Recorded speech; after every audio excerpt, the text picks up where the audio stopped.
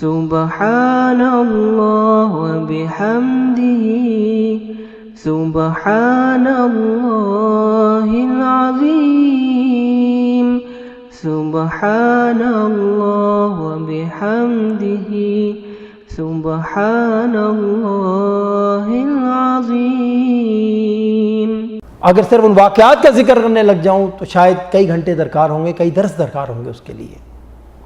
نبی اکرم صلی اللہ علیہ وسلم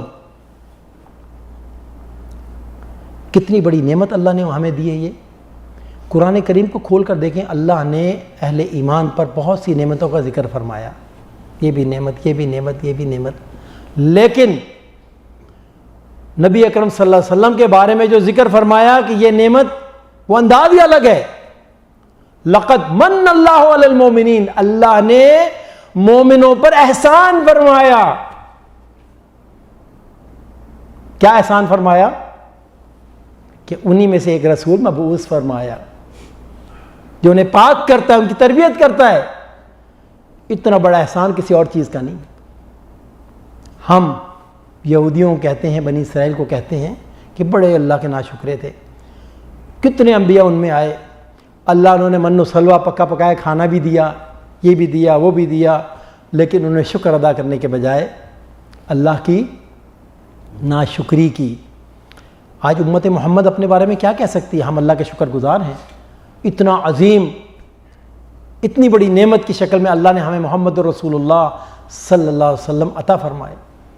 کتنا شکر ادا کیا ہم نے اس کا، اور کتنا شکر ادا کر رہے ہیں ہم۔ کتنی باتیں ان کی جو ہم مان کے چل رہے ہیں۔ آج پوری امت من حیث القوم جو دنیا میں پریشان ہے، اس کی وجہ کیا ہے؟ ایک قرآن سے دوری اور ایک سنت سے دوری۔ نہ ہمیں قرآن کا حکم اچھا لگتا ہے، نہ سنت کا حکم اچھا لگتا ہے۔ ہم کریں گے منمانی یا ان کی پیروی کریں گے جنہیں ہم بڑا سمجھتے ہیں، تو پھر یہ حال تو ہونا تھا۔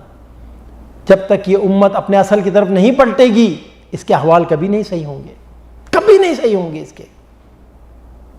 نبی اکرم صلی اللہ علیہ وسلم سے بھائیو ہم محبت کریں نہ کریں، لیکن آقا اپنی امت سے بڑی محبت کرتے ہیں۔ کہ آخری حدیث بیان کر کے بات کو ختم کرتا ہوں، اور اس حدیث کو جو بیان کرنے جا رہا ہوں، شیخین نے اسے نقل کیا ہے، امام بخاری نے بھی، امام مسلم نے بھی، اور حضرت ابو ہریرہ رضی اللہ تعالیٰ عنہ اس کے راوی ہیں۔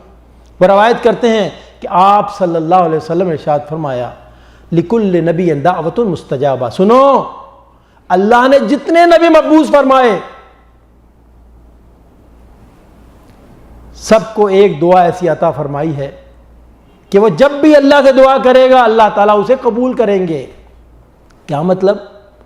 ہر نبی کی ہر دعا ضروری نہیں اللہ قبول کریں، اللہ کی مرضی، لیکن ایک دعا ایسی ضرور عطا فرمائی ہے ہر نبی کو، ہر رسول کو، کہ جب بھی وہ مانگے گا اللہ تعالیٰ اسے قبول فرمائیں گے۔ اور قرآن کا اگر ہم قرآن کو ترجمے سے پڑھیں تو ہمیں پتہ لگے گا تقریباً نبیوں نے وہ دعائیں مانگی ہیں اللہ سے۔ موسیٰ علیہ السلام نے یہ مانگی، لوط علیہ السلام نے مانگی ہے، زکریا نے بھی مانگی ہے، ابراہیم علیہ السلام نے مانگی ہے، سب نے مانگی ہے۔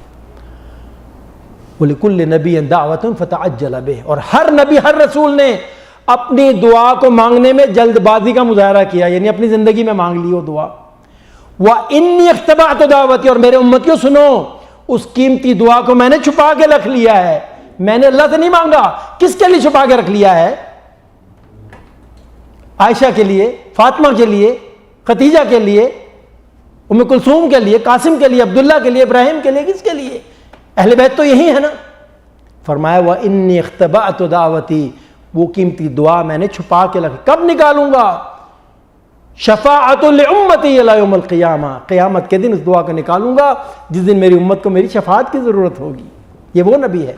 تو بات یہ عرض کر رہا ہوں کہ اگر کوئی شخص چاہتا ہے کہ وہ مومن بن جائے، اس کا شمار مومنوں میں ہو، اور اللہ رب العالمین کی بارگاہ میں مومن ٹھہرایا جائے، تو اس کے لیے انتہائی ضروری ہے کہ اس کے سینے میں مدینے والے کی محبت دنیا کے تمام لوگوں کی محبت سے زیادہ ہو۔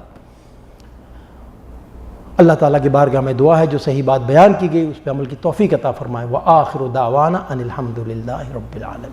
اللہم صلی علی سیدنا محمد وعلی آلہ وصحبہ وسلم اللہم صلی علی سیدنا محمد وعلی آلہ وصحبہ